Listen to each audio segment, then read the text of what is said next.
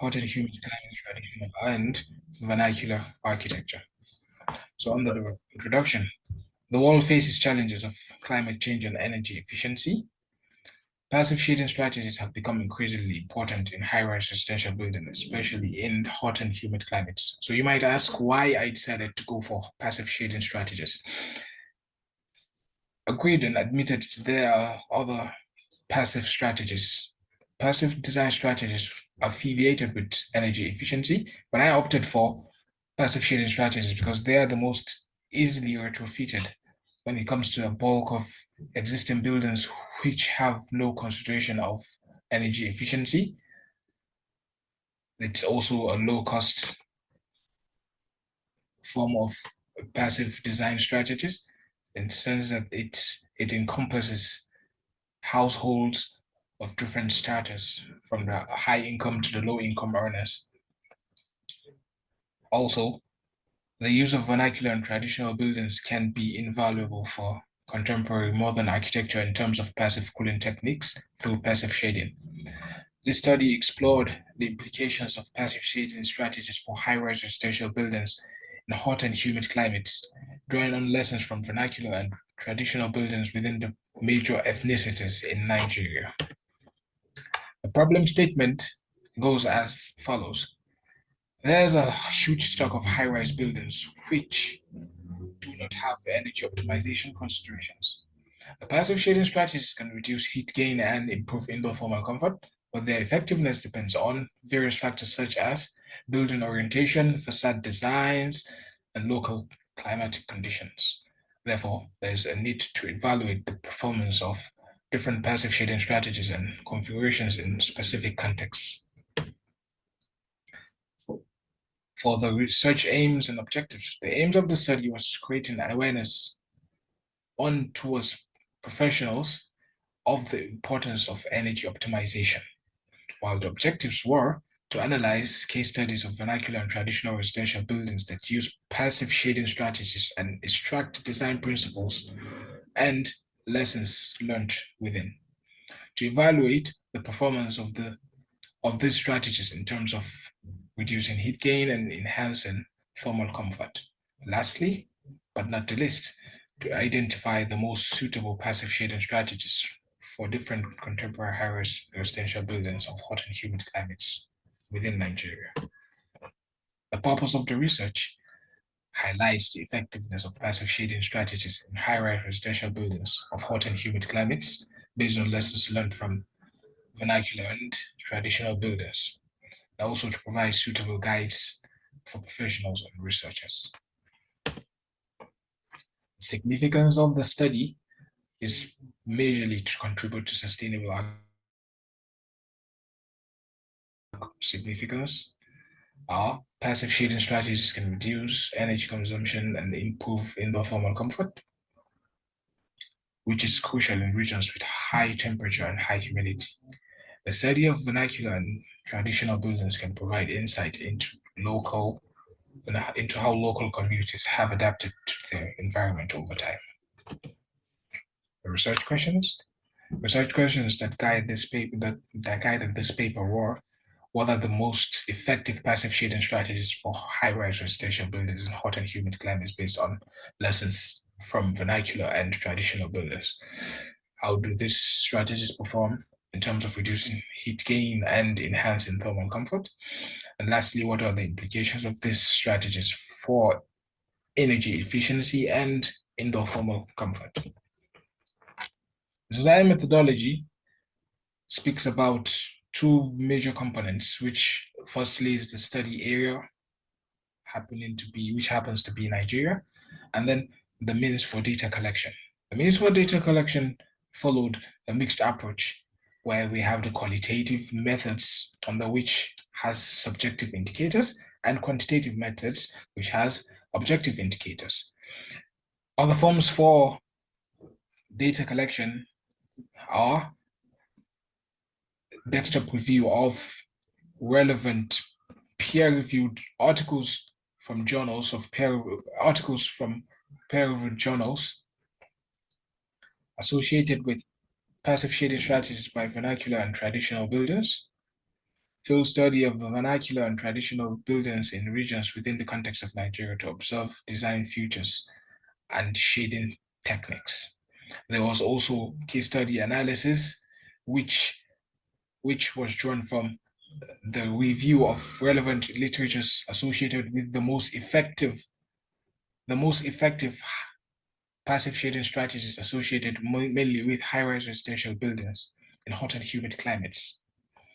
The case study analysis, the criteria for the case study analysis was governed by picking 5 buildings within the major 5 ethnic groups within Nigeria.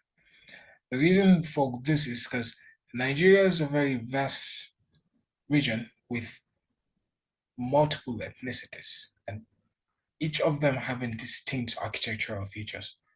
So having these 5 buildings from different ethnic groups gives us a proper insight in trying to capture the architectural features, and in return having to know the passive shading strategies which were employed within these buildings. After which there was interviews conducted, semi-structured interviews conducted, in which we sorted opinions from professionals such as academicians, architects, and engineers based on the following questions. What is the most effective passive shading strategies for houses in hot and humid climates in terms of reducing the energy demand on energy consumption in contemporary high-rise residential buildings, which can be recalled from vernacular and traditional buildings? Secondly, we sought to know the preferred passive shading strategies that can be developed in the contemporary high-rise residential buildings depending on vernacular and traditional houses. And lastly, we asked for the most adaptive passive shading strategies that can be developed within the contemporary high-rise residential buildings, depending on the vernacular and traditional buildings. In conclusion, the study was expected to prefer sustainable. The study was expected to prefer suitable passive shading strategies for energy optimization in indoor thermal comfort for high-rise residential buildings through providing recommendations for effective passive shading strategies. The research will contribute to low-income households on the subject matter. It will also prove that some ancient passive shading strategies are invaluable. The integration of shading strategies should not compromise other important design considerations such as daylighting, views, acoustics, and aesthetics. Lastly, but not the least, it will provide more information for professionals, government code designers, and also researchers in the future.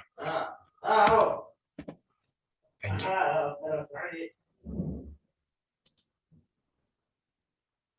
Thank you very much, Abdullah. Please, if you have any unmute audience, please mute yourself. Now we are going to the second one, meeting sustainability through bio-inspired adaptive skin computational framework based on literature review. So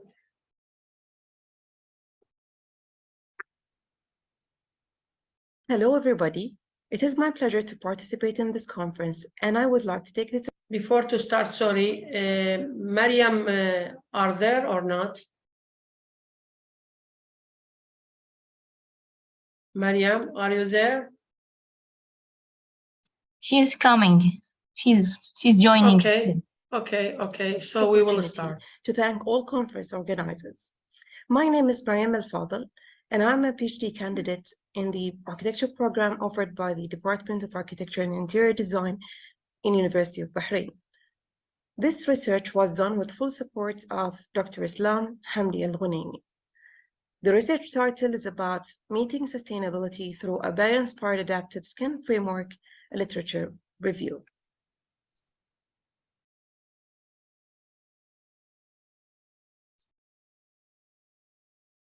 sustainability is confronted by three challenging aspects. From a social standpoint, there is a need to establish a high level of user well-being and indoor environmental quality.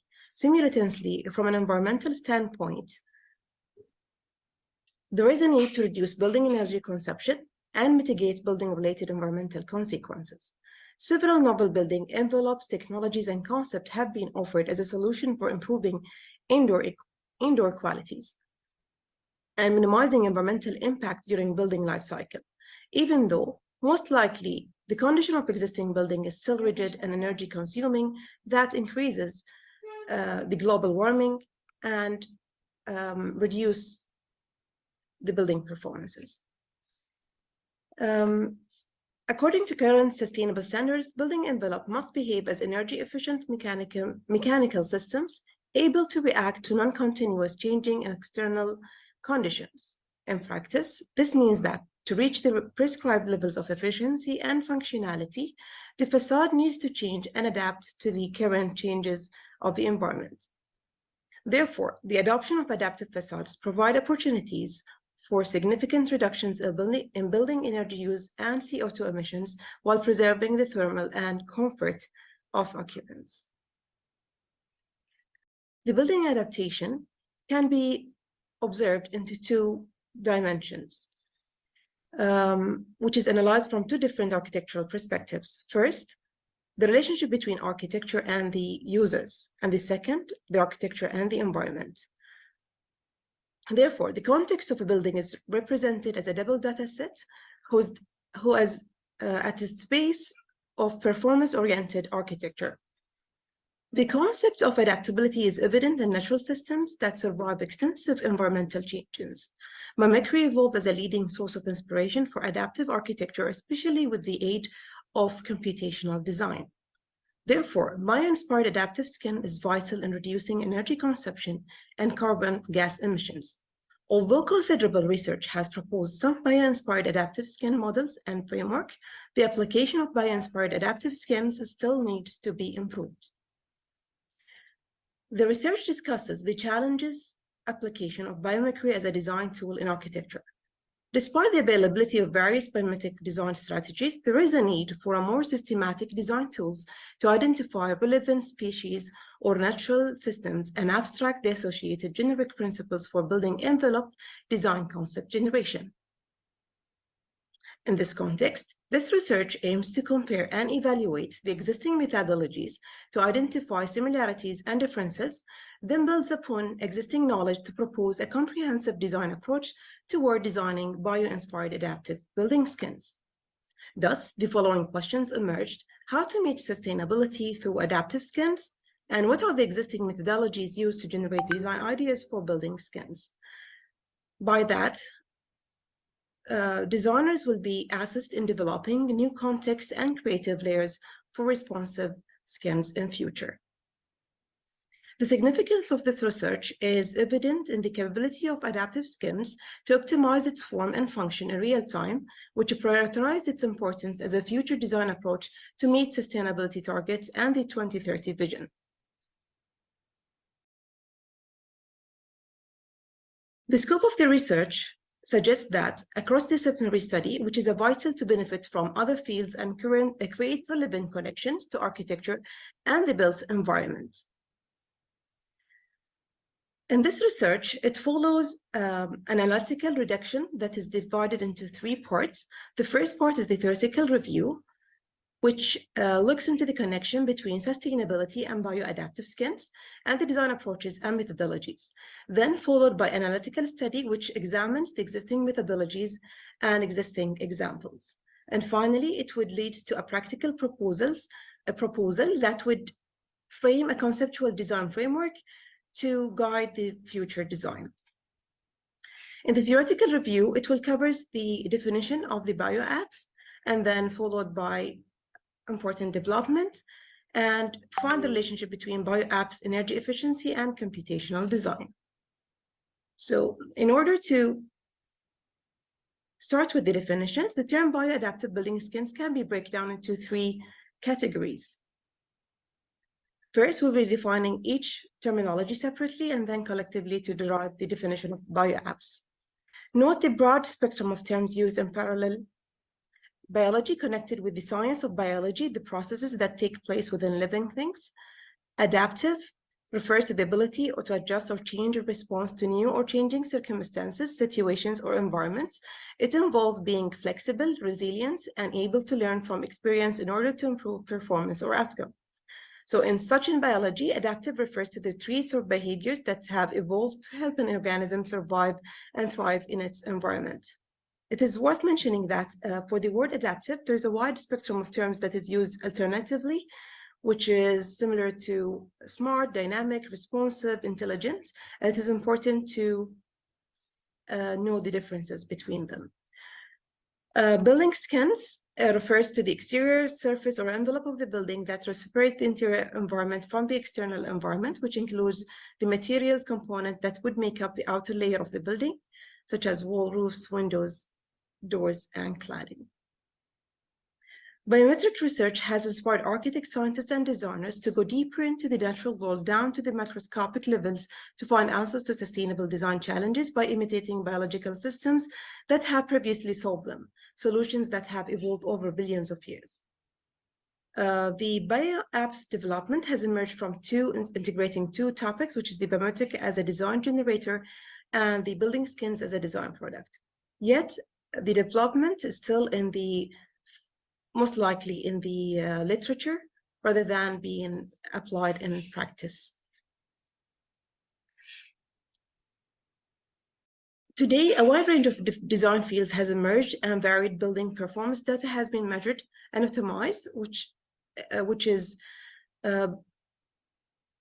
would give thanks to the development of parametric design software tools and optimization algorithms extensively utilized in architecture.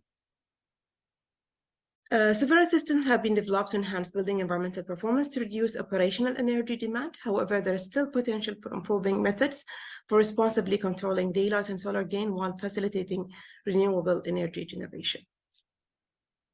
Moving on to the analytical study. Most biometric design frameworks are applicable for the use in architecture, and some are specialized to design bio-apps. All frameworks comprise phases either starting with a technical problem, followed by a biological solution, or starting with a biological solution, followed by a technical problem, and all ending with a developing biomimetic strategy.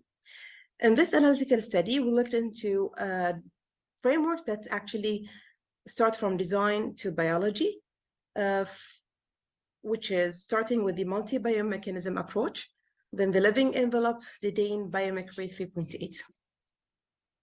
And we looked into these frameworks according to the problem definition, exploration, investigation, solutions, and developments. Each has certain success and failure. So for the multi-biomechanism approach, identifying a technical problem, it starts with identifying the technical problem and then selecting a biological solution, achieving multifunctionality. So the aim was to achieve the multifunctionality of the biological processes and finally to develop a biometric strategy. The living envelope was to explore nature for similar functions, extract and abstract the main principles, and then build the taxonomies and obtain brainstorm ideas, transform the best ideas into design, build physical models, evaluate them, and then whether there is a sufficient improvement or further improvement is needed to start again this cycle. For the Dane, the problem definition starts with defining the problem, and then finding the biological solution, and finally guided by the principle application. For the Biomimicry 3.8, it starts with identifying the function, define, context, integrate life's principle into design brief. It's followed by discovering natural models, abstract biological strategies into design principles, and finally brainstorm bio-inspired ideas, emulate design principles, measures, and using life principles. As for the practical proposal presented here, which is called the MBioM, Multifunctional Biomimicry Model, as a conceptual generator for bio-apps, it facilitates the translation of biological processes into building skins. It starts with the adaptation of, it starts with the defining of the goal of adaptation, which either for obtaining thermal comfort, indoor quality, visual performance, and then selecting the desired parameters to solve the issue that we are tackling, whether to specify the type of adaptation, the user override permission and reaction time and visibility. And finally, it will lead you to select the biological inspiration. This model would work in line with the preliminary database that will actually be built on by analyzing different case studies. So in an attempt to demonstrate the systematic classification, architectural case studies will be mapped in this database in terms of predefined parameters. And the table here present below provide information about how information will be sorted in the database. The database is still to be completed as a growing source of application of biological inspiration into architecture. So we would look into the goal of adaptation, sustainable issues solved, adaptation processes, type of adaptations, trigger events, adaptation time, reaction, and so on. So there are things that will be flexible to determine by the designer, and other has to be followed as a response by their selection, which would lead them to the biological source. In order to fulfill the proper performance, this has to be taken into the computational design to be assessed in order to examine whether the solution is actually meeting the standard needed or not. So to conclude, fostering the importance of adaptive system in today's world is vital to meet sustainability targets, being socially, economically, and environmentally, since existing rigid building skins fail to do so. However, the widespread adaptive building skins are confronted by a set of challenges that lift a gap between research and practice. Several researchers mandated an interdisciplinary approach to solving the complex challenges associated with bioadaptive building skins, in addition to a need for more methodologies to translate the biological processes into architectural skins. This research attempts to draw a connection between biomimicry and architectural skins. The research has analyzed different methodologies in terms of their design approaches, which prompted to ease the translation of adaptation processes from nature to architecture by different procedural steps to cope with climatical change. These methods introduce the idea of sustainable building that is adaptable and can control the exterior climate. The main goal of the study is to demonstrate how successful and sustainable solutions known as bio-inspired solution can be used to enhance the thermal behavior of building, particularly in summer, by improving the building skins. The research conclude with a biomimetic design framework for adaptive building skins to ease the adoption of biological processes to design multifunctional bio-apps. And the primary audiences of this research are designers, architects, and academics. Students to benefit from the suggested novel approach towards developing a multifunctional bioadaptive skins with a database of adaptive biological systems that are eligible to construct design solutions for future studies. In order to make the matrix data more accessible for designers, the model will be used to custom plugin for Grasshopper using C+ scripting. Thus, adopting such an approach will aid in designing more efficient and dynamic building skins that respond actively to changing environments. I would like to thank Dr. Islam Al-Ghunaimi for his support and valuable comments to develop this research, and thank you for your attention.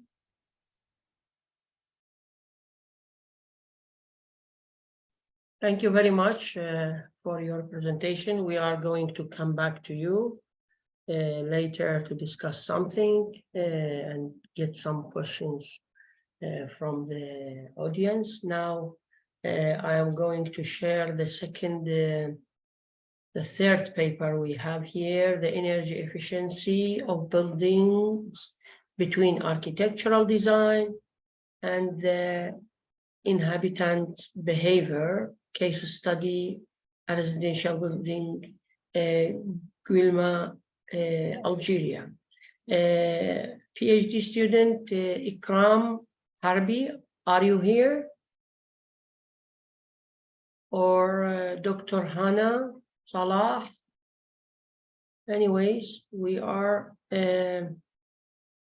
going to share now, and we will see, maybe later they will join us if it is possible. As I know, in Algeria, they have problem with the internet these few days. Let us see.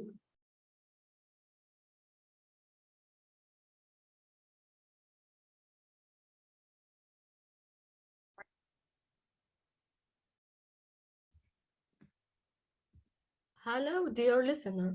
We have the honor to participate in your seminar entitled Sixth International Conference of Contemporary Affairs in Architecture and Urbanism, with the topic entitled The Energy Efficiency of Building Between Architectural Design and the Inhabitant Behavior. The work plan is firstly, introduction, secondly, material and method, thirdly, result, fourthly, discussion, and finally, the conclusion. We start by the introduction. In recent decade, our planet has been exhausted of its resources and wealth. The World Summit on Sustainable Development held in 2002 in Johannesburg revealed an alarming state of affairs.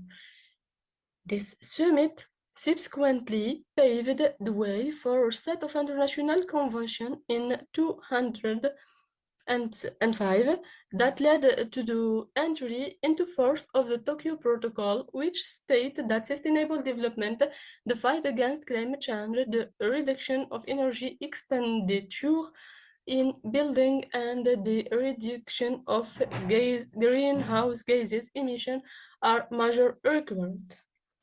The building sector is the largest consumer of energy, representing between 30 and 40% of the world's final consumption. In order to understand why this sector presents important challenge with regard to energy and climate policy objectives, we first need to recall its weight in energy consumption and the greenhouse gases emission.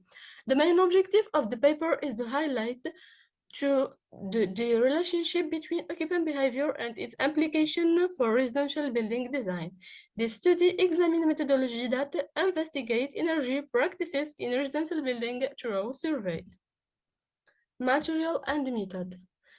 Definition of a concept. First of all, we will start this section with the definition of basic notions such as energy efficiency, energy security, urban design, architectural design, and occupant behavior in building. The behavior of the inhabitant, the energy efficiency, and their relationship to architectural design. Occupant behavior has a direct impact on building energy consumption and thermal comfort, as numerically demonstrated by many research. Celia Yale have shown that by using the same technical equipment, energy consumption can change 3 times due to the temperature set point and the air change rate required by the occupant. As a result, the energy consumption are no longer those predicted by the classical of conventional thermal simulation. In the same way, comfort level can vary, and sometimes the behavior that the occupant considers as beneficial can instead cause discomfort. A better understanding of the interaction between human and the building allows to describe with great accuracy the occupant behavior with greater accuracy. Survey by questioner. Case study. Algeria is North African country that is part of the Maghreb. Since 1962, it has been known as the People's Democratic Republic of Algeria in long form. Its capital is Algiers, the country's most populous city in the north of the Mediterranean coast.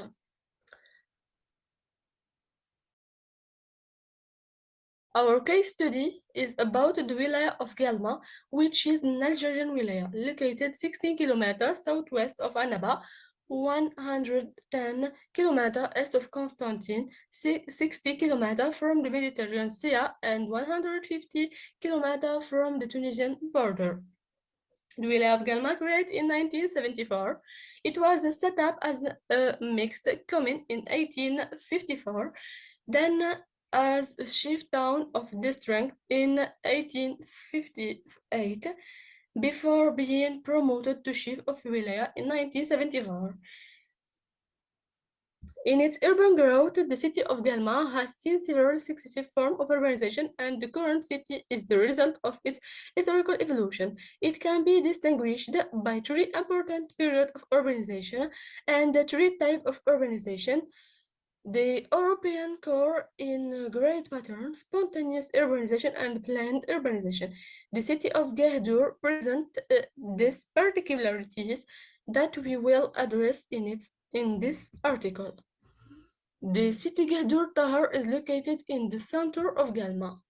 Working limit, lack of candor, shallow answer, difference in understanding and interpretation, feeling and meaning that cannot be conveyed.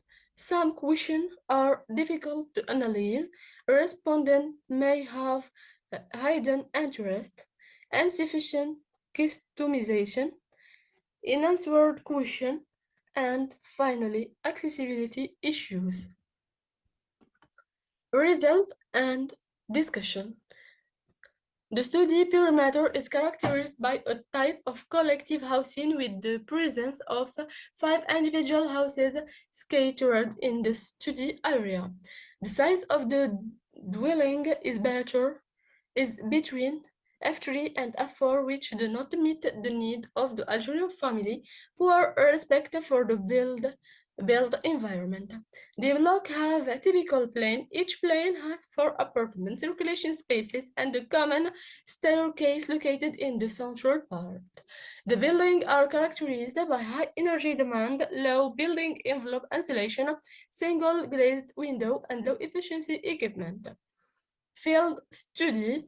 The current study uses the questionnaire method to assess occupant behavior in various aspects that affect energy consumption in residential building. Several questions were present on an inverted scale to minimize the potential effect of respondent inertia.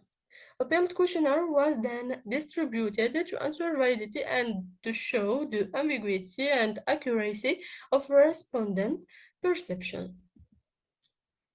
In conclusion, the study highlighted the significant role of occupant behavior in the energy consumption of residential buildings in Algeria.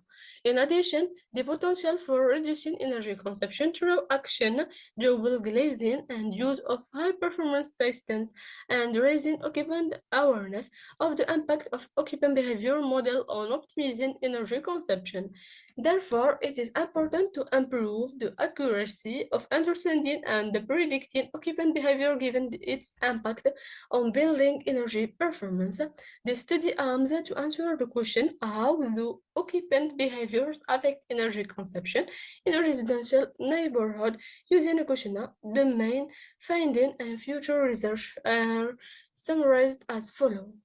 Encouraging occupant through education and policy can play a key role in changing occupant consumption habits to optimize energy use. Further research should evaluate the impact of occupant behavior on energy use in other climate, other culture, large-scale sample, and other building type, offices, educational facilities. Thank you for your attention. Thank you very much. We will go to another, of course,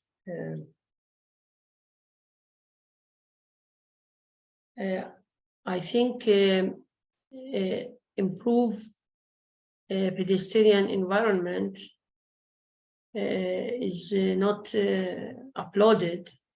Assistant Professor Asadussaman is there, or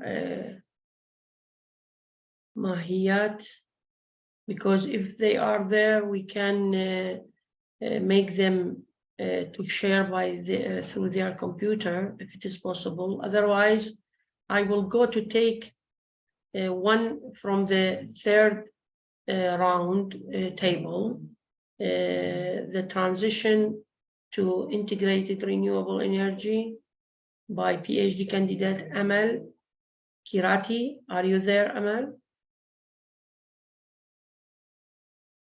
Amal is not there.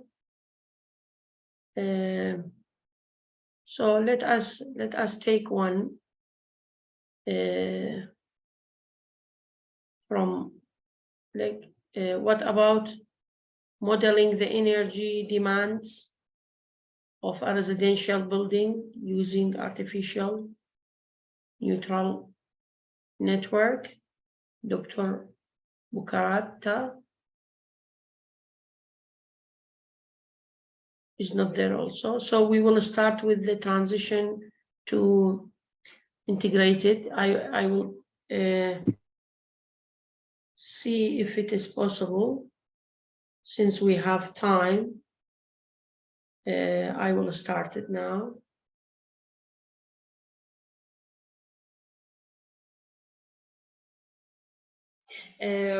Performing building with renewable energy generation covering all. Dear authors, I'm Kirati Ahmed, PhD student from Department of Architecture, University of Galma, Algeria. Today I'm going to talk about the transition to integrated renewable energy, a framework for low energy building design according to the following structure. The world's population is expected to consume 50% more energy by 2035 compared to 1990 due to rapid population growth. Nearly 50% of the world's population currently lives in cities, and by 2030 this number will increase to 80%. The fact that cities are energy intensive, accounting for over 70% of global carbon emission, is significant. Most areas of human activity should be reviewed in order to reduce these emissions. Specifically, the building sector is one of the main activities responsible playing an important role in global warming and climate change. The vision of the global community has been set to achieve zero net carbon emission by 2050, to keep the global temperature increase below 1.5 degrees Celsius in order to achieve at least a sustainable position in relation to the target of the United Nations Climate Change Conference 2021. Today, new environmental and energy requirements are forcing us to rethink the way we consume and use urban resources, especially energy, which is becoming increasingly scarce due to climate change. So it is necessary to follow a very strict energy policy to achieve sustainable growth in a responsible way. In this case, innovative and sustainable building infrastructure can be one of the best alternatives to ensure on-site renewable energy production to increase energy supply. Among the various renewable energies, research on the use of solar energy is being actively carried out due to its unlimited energy source, convenient system installation, and good maintainability. In this regard, the European Energy Performance of Buildings Directive requires all new buildings to be nearly zero energy buildings from 2021 and aims to achieve a high decarbonized building stock for existing and new buildings by 2050. So, the European Commission officially defines the zero energy building as extremely energy efficient buildings. The near or very low energy requirement should be largely supplied by renewable energy sources, including those from on-site or nearby production. They are seen as an integrated solution to solve the problems of energy saving, environmental protection, and carbon emission reduction in the building section. A graphical interpretation of the nearly zero energy building energy balance is shown in the following diagram. Nearly zero energy building and net zero energy building not to be confused. The basic elements of the definition of net zero energy building and their relationship are presented in the below figure, which is the building system, the energy network, and the weighting system. In order to make a clear balance calculation, for the net zero targets, a limit must be clarified for the building system with on-site renewable energy. So we can summarize it like that the net zero energy building is a very highly performing building with renewable energy generation covering all of its annual needs. In contrast, in near zero energy, the renewable energy generation covering just most of its needs. The methodology followed in this work has been to review different articles published in recent years dealing with the nearly zero energy building in order to clarify the concept, the reason of its definition, and its importance, as well as the tools and main factors necessary to achieve it. For this purpose, it was the search using the keyword nearly zero energy building and renewable energy in articles published in prestigious scientific journals in recent years. So the design and construction of nearly zero energy buildings start with sustainable passive solar planning considerations and relies on two fundamental pillars: the reduction of its energy needs and its energy production potential, in order to achieve the desired energy balance between consumption and production. All of the above can be achieved through the implementation of two main design strategies. The first is the inclusion of passive solar design considerations for a building, which takes into account its location and climatic conditions affecting the geometry of the building mass relative to the sun. And the second factor is the location of the building in the urban fabric. Also, according to several reviews, the nearly zero energy building mainly involves three types of energy efficiency measures: passive design, service system, and electricity generation from renewable energy sources. To determine the active strategies, it is fundamental to consider an economic analysis. For example, the selection of the type of heating, ventilation, air conditioning systems, and the most appropriate renewable energy sources in order to ensure the required comfort levels, as well as to reduce the impact of the climate inside the building. So the use of solar energy is a key factor in the production of renewable energy that can meet a part of buildings' energy needs. This means that the integration of active solar systems will play a key role in the future design and operation of buildings. In many reviews, the building integrated photovoltaics are classified within four general categories: those of photovoltaic shading, roofs, facades, and balconies integration. There has been a plethora of articles in the last decade of building integrated photovoltaics, experimental and simulation investigation on different aspects spanning from photovoltaic materials and systems. There has also been studies looking at integration shapes and design, architectural forms and aesthetics, energy performance and function, electrical and safety use, and benchmark and regulation. However, the short for reflection significant challenges that can be regrouped as follows. Many of the journal articles have largely covered the first three challenges. In contrast, the fourth challenge has been very weakly addressed in the literature. Also, there are different building energy performance simulation tools that can be used to model and perform building energy simulation to achieve nearly zero energy building goals, such as EDIs, Energy Plus, CPLEX, or TRNSys, as shown in the table 1. On the basis of brief study carried out, we have arrived at some points. They can be summarized as follows. The use of solar energy is a key factor in the production of renewable energy that can meet a part of a building's energy needs. This means that the integration of the active solar systems plays a key role in design and operation of nearly zero energy building. Also, building integrated photovoltaic systems could be used in different contexts and building types, and their application answer a primary goal of sustainability by reducing pollution and improving the living standard through on-site energy generation. In conclusion, over the past decade, the European Union has implemented energy efficiency policies that promote the energy transition from fossil fuels to renewable energy sources that have less impact on the environment. Therefore, the construction sector must also meet the targets set by the European Union.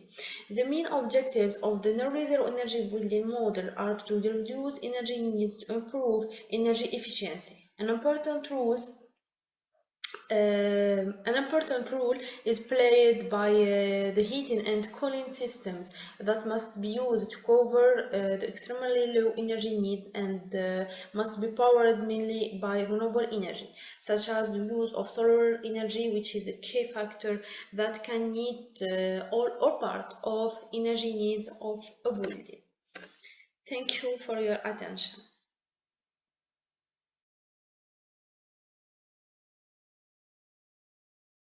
Thank you very much for your presentation. I hope somebody from the authors is available here. So we have now actually 10 minutes, more than 10 minutes to discuss the things that we presented now. If you have any questions, please raise your hand, and then we will discuss the things one by one. Any questions regarding those papers? Really, they are. It is clear that there is a lot of work being done on these papers, but some of the authors are not attending. Yes, Bukarat, you can.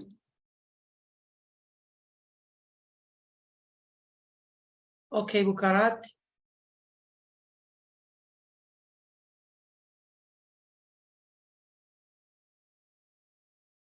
Bukarat, are you there? What is your question?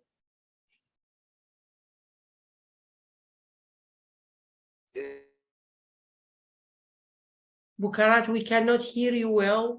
I think you have problem with your connection or internet. If you couldn't, yes, write the question. If you couldn't ask directly, you can write the question. I will read the questions, but just please mention which to whom you are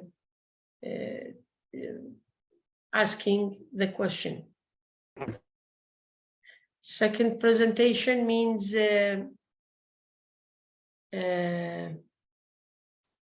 for Mariam Abdurrahman.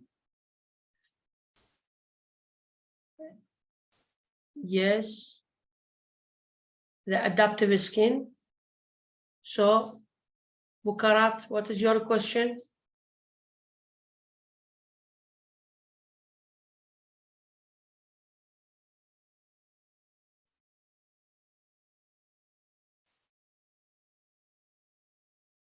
So, adaptive skin.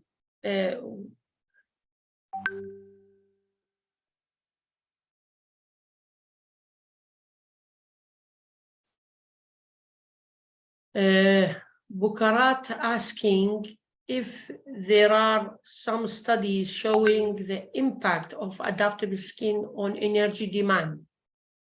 This is a question directed to Mariam.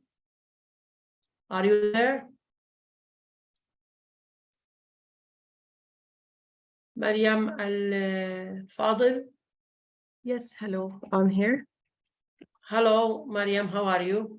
I'm fine. Thank you, Mr. Bukarata, for your question. Yes, definitely there are studies. Yes, you can answer. Yeah, there are studies that are related to the impact on how it could reduce the energy demand. But because my focus was on the generation of concepts, so I didn't tackle this issue much. And I didn't tackle the issue of Mariam, I think we are not, your internet is interrupted somehow. I don't know why. For me, I cannot clearly listen to you. what about now? Good. Okay. It Yeah, is good so- now? Okay.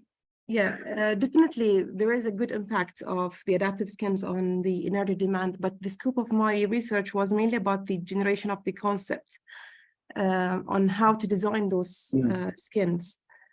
So I'm not sure if I can Yes. answer this question fully in here.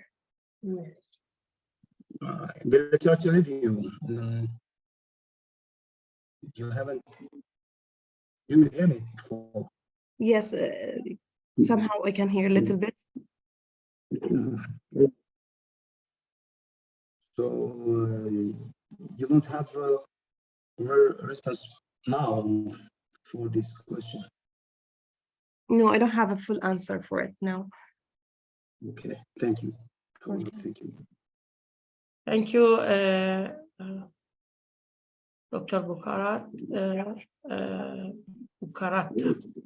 Bukarta, sorry, Bukarta. Sorry, Yeah. Dr. Bukarta. Thank you, Mariam. Any other questions about? Yes, I would like to ask the same question to the first presenter, who is To the Abdullah. first, Yeah, Abdullah. Abdullah Suraja. Yeah, about, Are you there, Abdullah? Yes, about I'm the here. impact of the Yes. shading devices on the energy demand or the comfort or discomfort of the traditional shading device. Okay. Yes. I don't know Sorry, if can you repeat the question? Repeat, yeah. Can you repeat the question? I would like to ask you Doctor? about, yes, I would like to ask you about the impact of traditional shading devices that you have mentioned in your intervention on the comfort or energy demand, if you have some findings. Thank you. Okay, Sorry, Abdullah. can you type the question, because it was quick in the No? internet. It wasn't too Yes, clear. Doctor, can you write down the question, please, because there is problem with the sound, with the voice. Okay, Because of, it is the same. it is the same question, yes. It's the So, same question. means like just if about. yes.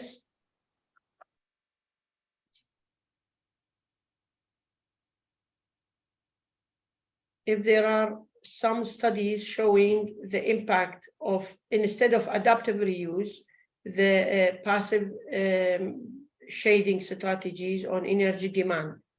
This is your question, yes? It's a common question to all. My question, so the question is this. Yes, I'm listening. Abdullah, did you get the question? The question is, if I'm not mistaken, you're asking of some studies which show the impact of this traditional and vernacular shading devices on energy demand, right? Of residential buildings.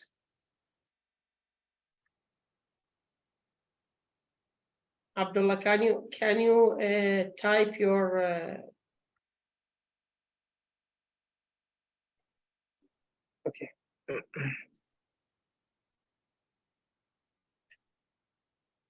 Can you type your answer to Dr. I think we Okay, have I'm trying problem to. with the internet. Yes, I'm trying to understand the question. So I'm typing right now. Okay.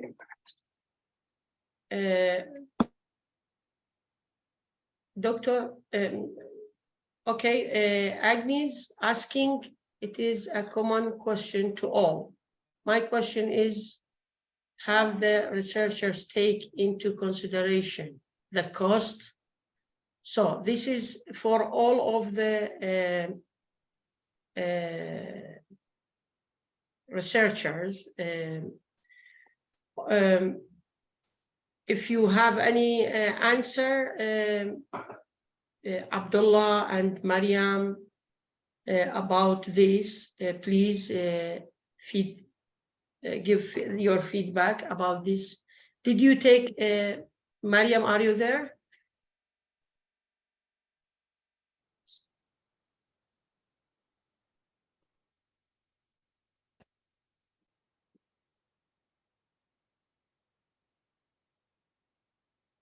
Mariam is not there. Sorry, I'm here, but I couldn't unmute. Actually, no, I did not take the cost again into consideration. I know it's a big issue for the adaptive skins as well.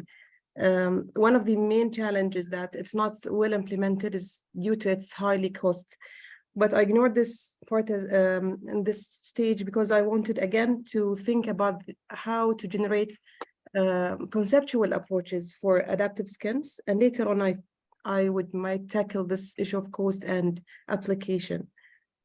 Yeah. But for now, still.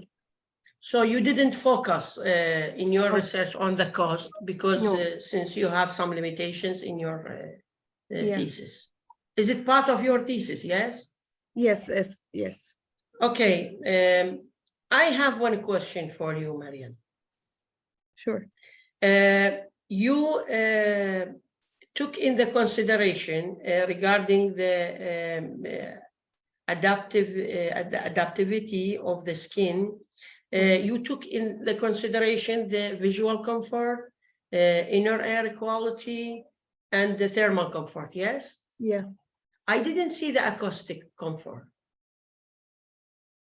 Did you think about this, or you are going to neutralize this factor? I did not think about it yet, but I can introduce it, include it, I mean, because I'm still in my first year of my PhD. Since you are in the beginning, yeah. I recommend you to put this dimension also, because it is part of the post-occupancy needs, actually. Sure. Yeah. Thank you very much. You're welcome. Mariam, best of luck for you in your thesis. And regarding Abdullah, I don't know if Dr. You got your answer from him. He says the impact of shading device on the energy demand on the building. Yes, he's. Let me answer the doctor. I think he is asking about the studies showing this impact of shading. For sure, there are many studies showing the impact of shading, but of course, there are many different methodologies and way of thinking in the process of research. So Abdullah tried to fill the gap in literature regarding this issue by using the traditional elements to be implicated in which suitable elements are taken from the vernacular and the traditional buildings to be involved inside the new high-rise buildings, I think. This is what I can say so far. That's it. Yeah. Okay. Any other questions?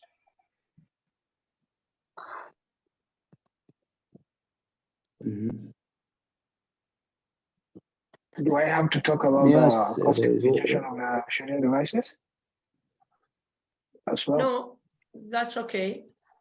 Okay. Now, if we don't have any questions, we can go and continue our session. Are you okay with this? I think any objection about that? No, thank you. Okay. So let us to start with the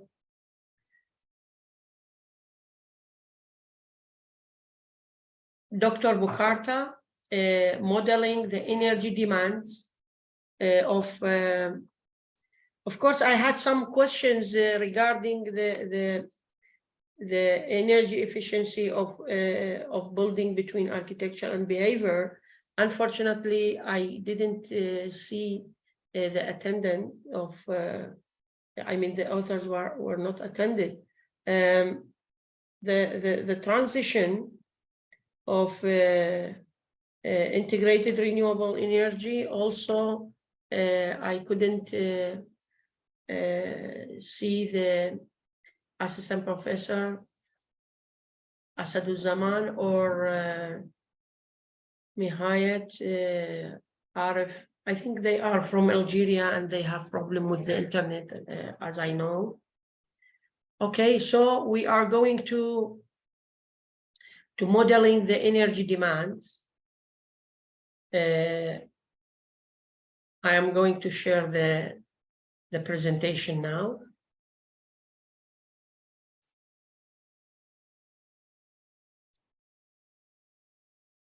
Hi, I'm very happy to present to you our paper, Modeling the Energy Demand of a Residential Building Using an Artificial Neural Network Approach. In this paper, we began with the energy situation of Algeria's housing stock, which shows us that the energy consumption is highly sensitive to climatic variations and the building stock is poorly adapted to the climate. So to what extent can we optimize energy demand and with what method? To do this, we ask ourselves the following question: how can the energy demand of a home to be predicted, and what will be the energy impact of the design parameters? And how accurately could the artificial neural network predict a home's energy demand? The aim of this paper is to supplement architectural jargon by examining the energy implications of certain aspects of architectural design. The method is based on 5 steps. The first one is to identify the design parameters, weather, climate, weather conditions, and the generic housing model. And the second step is to run or perform a campaign of 600 simulation to get the air conditioning and heating requirement energy demand based on a latent hypercube sampling, and all the data obtained is organized into SPSS, and within the same software we have applied an artificial neural network approach to be able to predict the energy demand for cooling in our case, and also to identify the importance of each design parameters. With the data is obtained from the site of one building for the period of 2007 to 2021, and the psychrometric diagram let us to identify that the main energy requirement is for the cooling purpose, and this is why in our study we have worked only on the summer period. And for the design parameters chosen, we cite them: the ratio of window to wall, the glazing type, the cooling set PMV, the orientation, the external walls, the shading device, natural ventilation schedule, to be able to get the cooling demand, discomfort in terms of hours, operational CO2, and the life cycle assessment sample.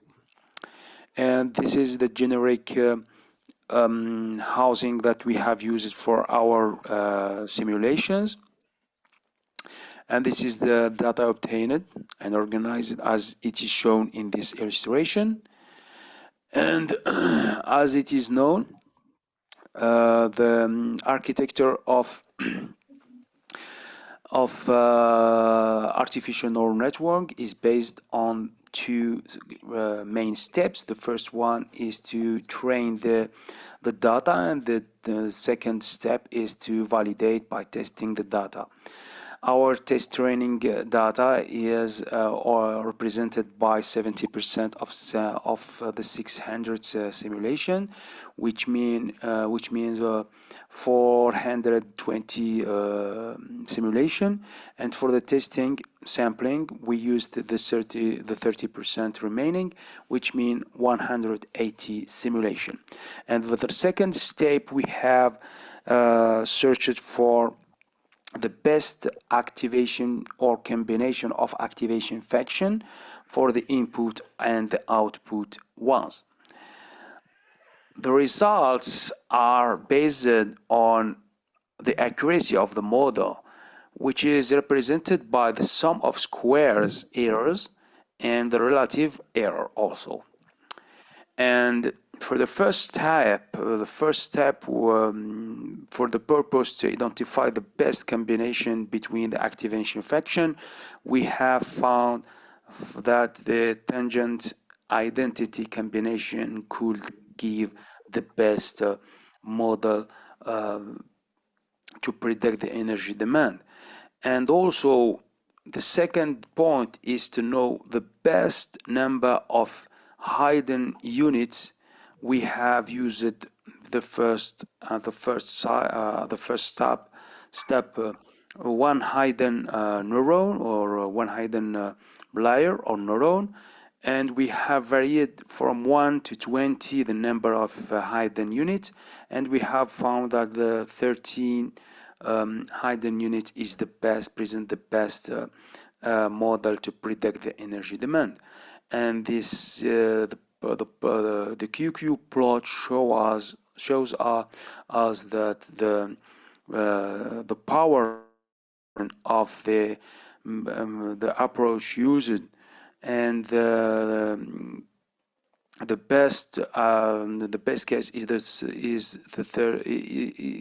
obtained with 13 with one hidden layer and 13 hidden units, and with also tangent identity as activation function.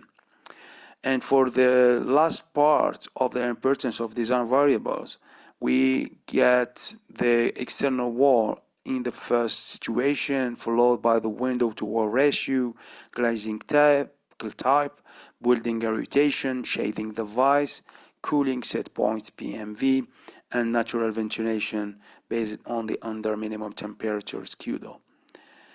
So to make a comparison between the regression model and the artificial neural network, we have performed a model based on regression modeling, and we have obtained a model with an accuracy of 78%, and the model that we have performed before based on the artificial neural network is 99.7% accuracy. So the difference is huge, is about or more 20% between the two approaches. For in conclusion, in this study, the cooling energy demand in the arid zone of Biskra is predicted, taking into account its dependence on various design parameters using a multi-layer perceptron neural network.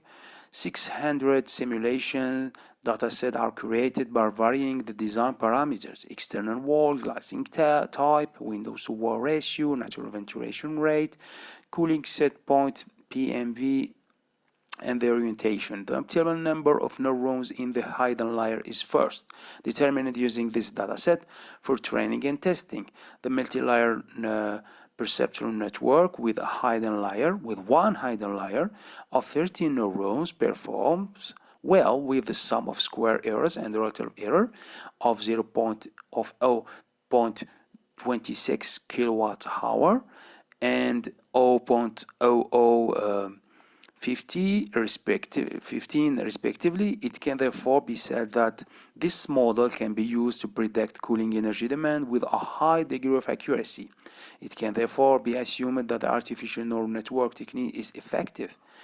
The most important design variables explaining the cooling energy demand in the climate zone of Biskra are the external wall with 27%, followed by the window-to-wall ratio by 25%, the type of glazing 18.80%, followed by the building orientation with 15.20%, the shading devices 11.90%, and finally, with a small effect, the cooling set point PMV 0.5% and the natural ventilation rate by 0.4%.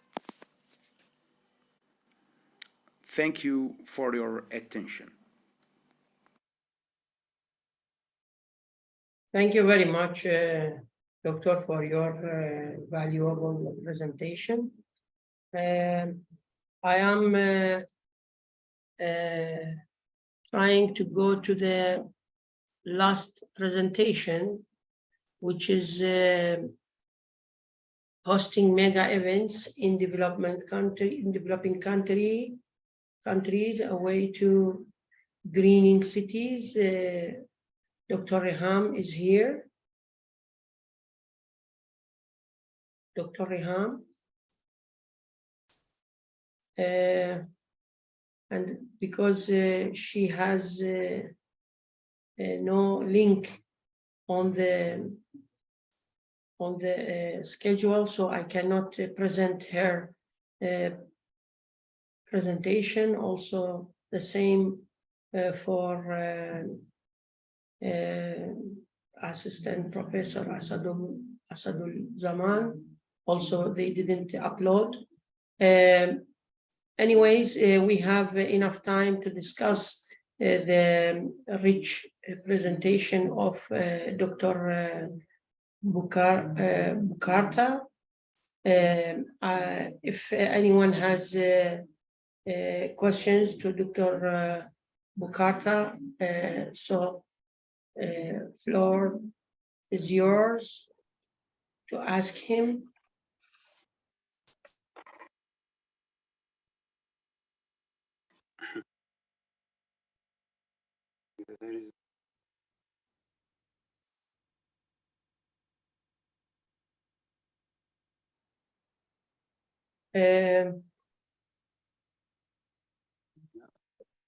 We will see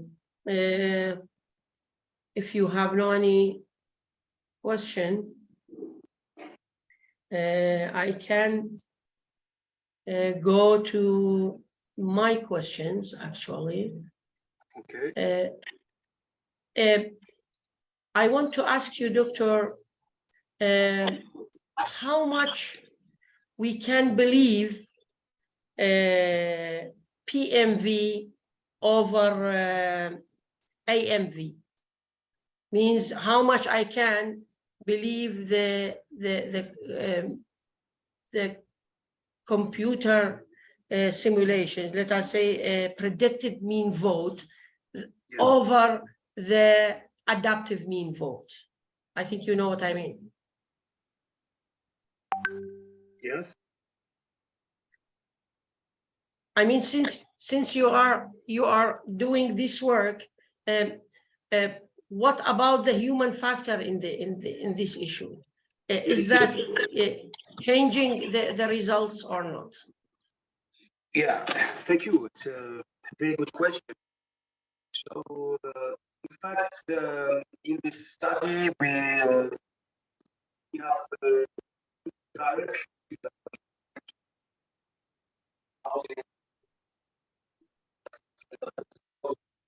developed here in Algeria, and to be precise, the effort of I think that calculates for explanation about the accuracy of the model, but it's clarify that when we are searching for predicting the energy demand, that is very important for using artificial neural network as an approach would be very helpful to them to be able to get a high degree of accuracy the energy demand, to be able also to use directly some variables that in general we use without part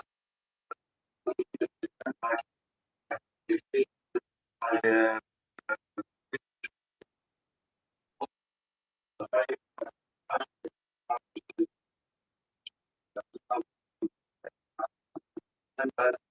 the occupant behavior inside the housing has also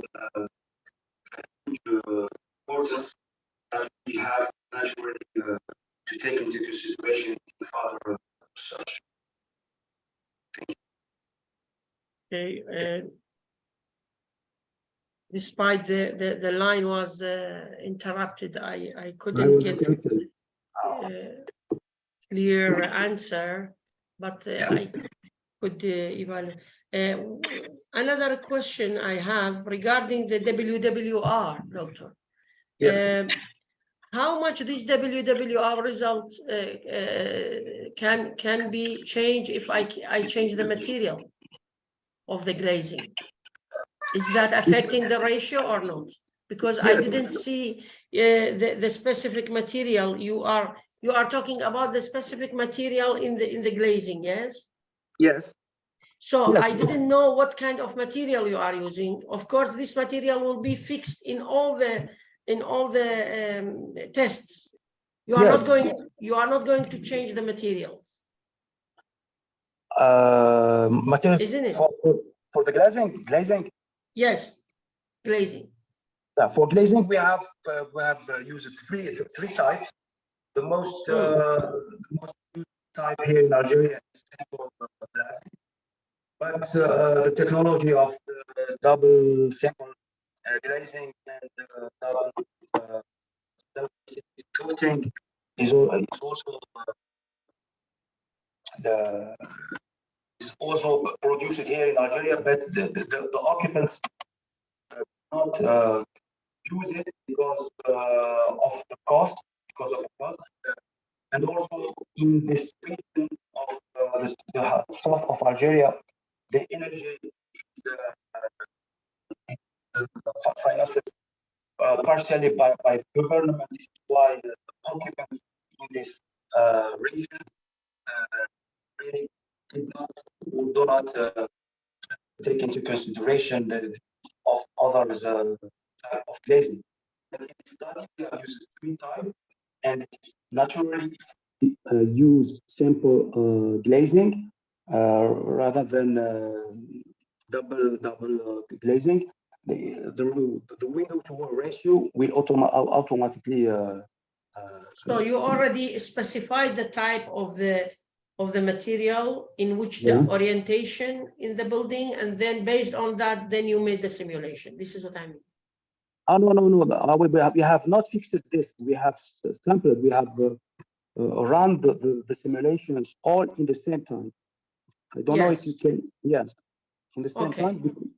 Yes, the variation is done based on hypercube lattice sampling method that allows to get a high representation of all the variables. Yes, and these simulations that you did, it is I mean the HAVC system. Is it free run, or it is? I mean, it is natural based, or? No. It's based on the limit of the comfort. You know, yes. Yes, between 20 and 26.8. degree.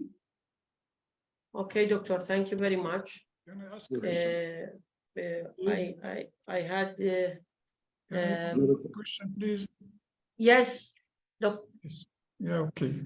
Professor, yes. Okay. Professor Ammar. Thank you very much. Just I would like to ask the author about the validity of the research work. To what extent this research work is valid, and how can he prove that the results are quite confident in comparison to statistical analysis or to other authors who have worked in the same area or on the same subject. And thank you very much. Thank you, Dr. Ammar.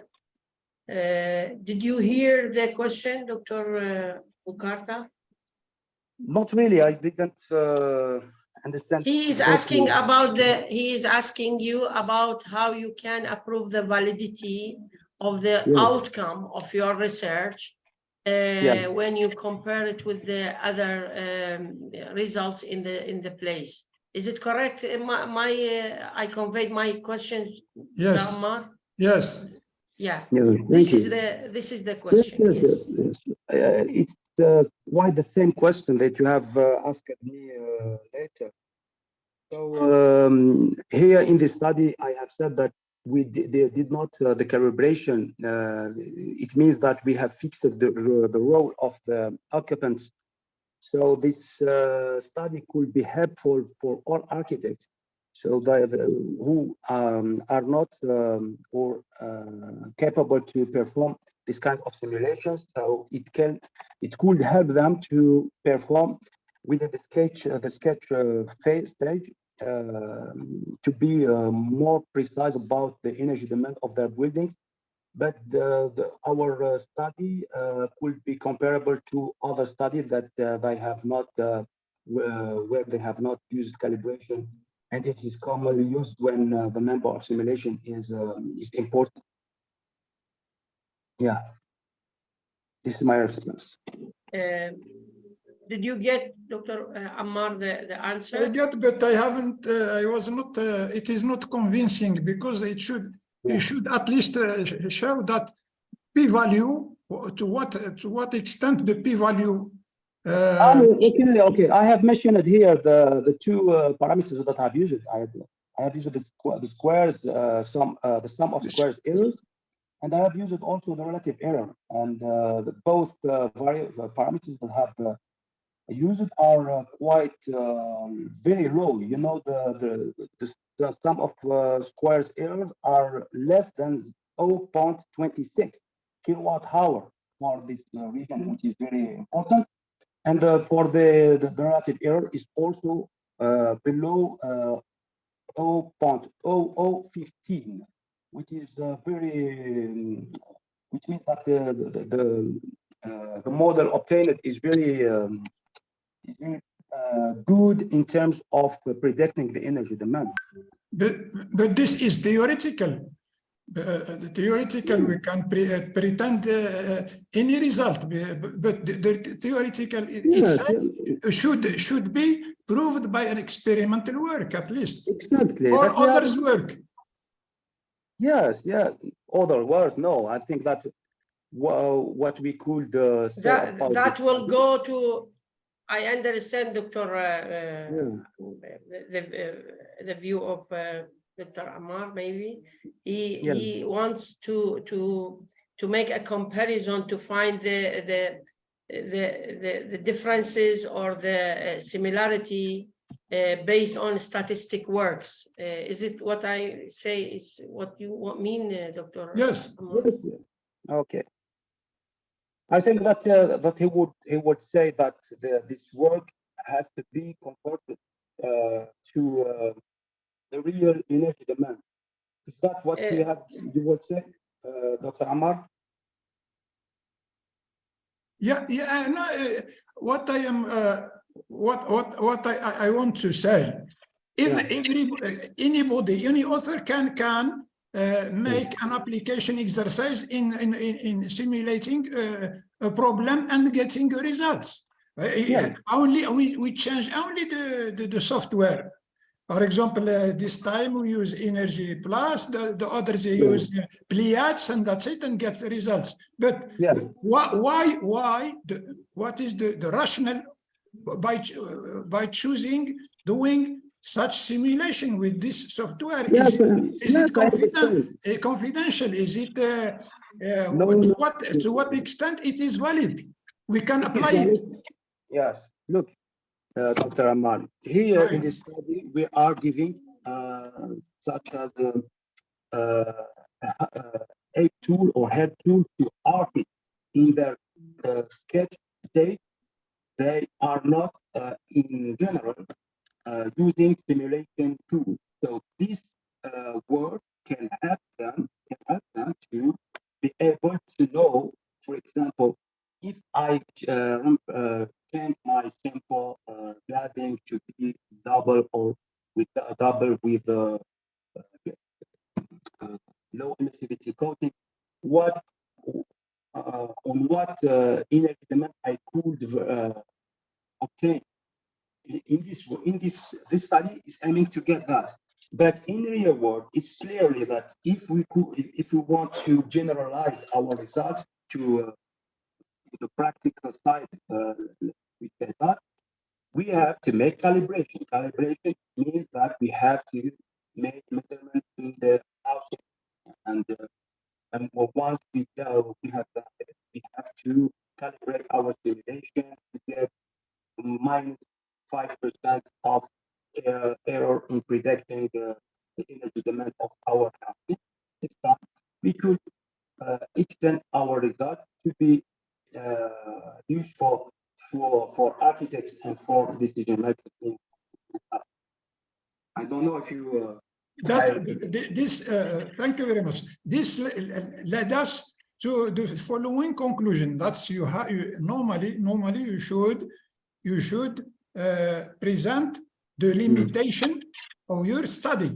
Yes, that's the one limitation that you should say that my study is just within some conditions theoretical, and it is not it cannot be generalized, and leave these limitations to the other authors to judge.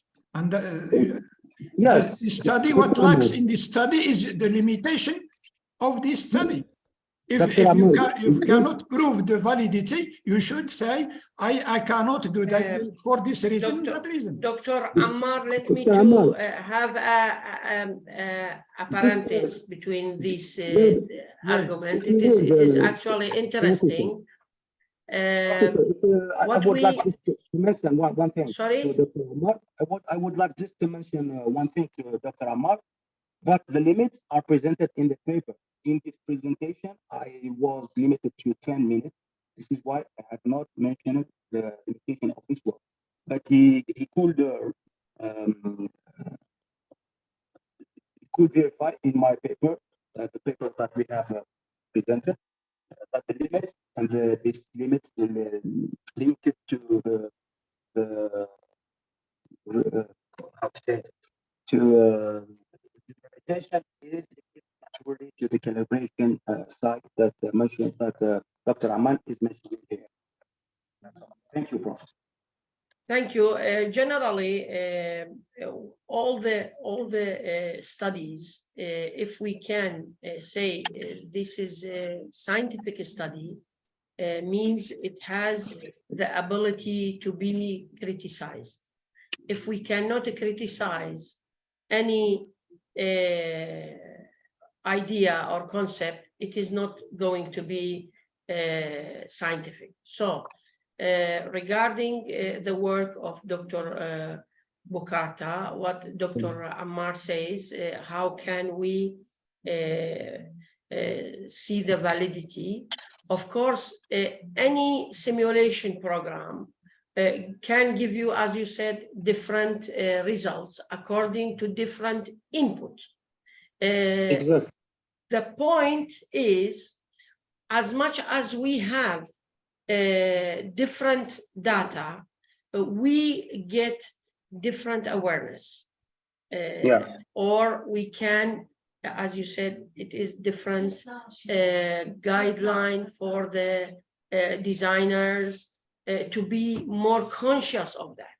Exactly. So this is the aim finally, and it is not necessary to stay correct and true forever, because otherwise it is not going to be a scientific concept.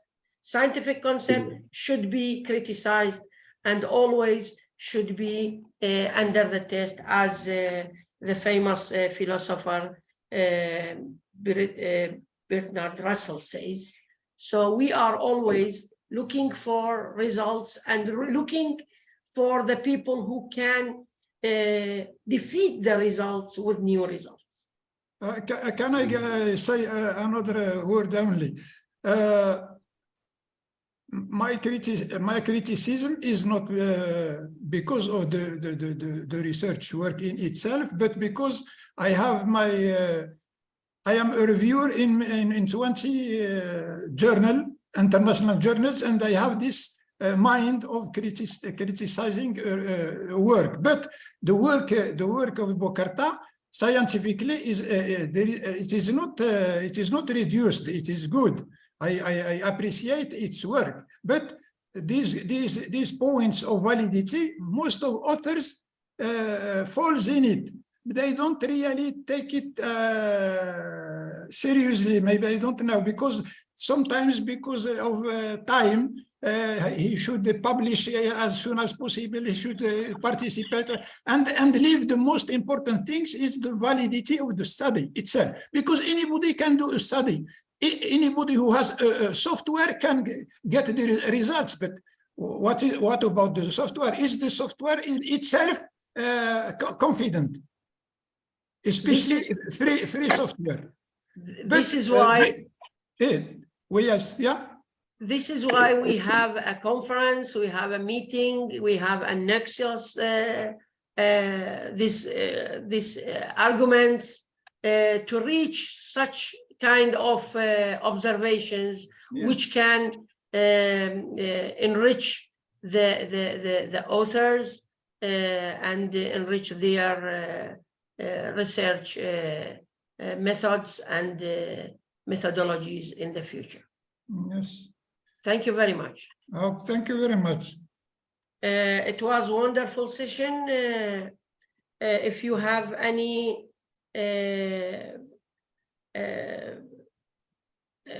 questions regarding anything around the topics that we discussed, because we are now in the time, and we actually have time, 10 minutes more to discuss the things.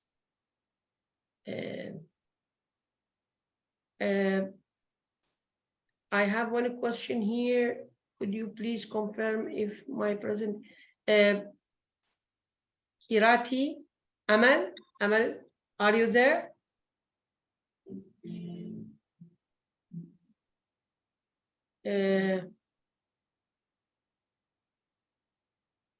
Amal, can you hear me?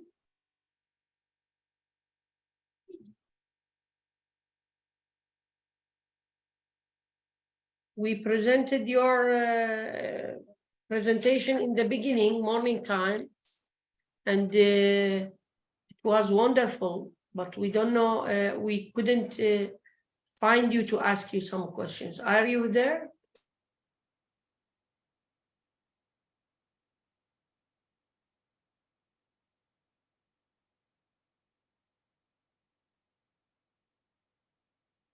Okay.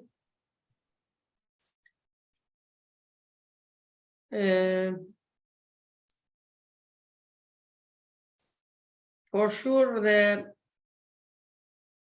matter of two important things I have seen in this session today. It was the health and architecture, and also the energy efficiency in architecture. Actually, they are the most hectic issues for the coming decade, as I think in architecture, because we are in challenge of all these things. And I saw many good tries to overcome these issues. And I was happy to see such kind of research today. And thank you all as an authors, audience, participants. And I wish to see you in another sessions tomorrow, or maybe in another coming conference ahead. Thank you very much for your patience, for your contributions, for your questions, for your presentations. And see you if you don't have any other questions. So we are going to end the sessions today, and thank you very much. Thank you, Dr. Salah. Thank you very much. Bye-bye. Bye-bye.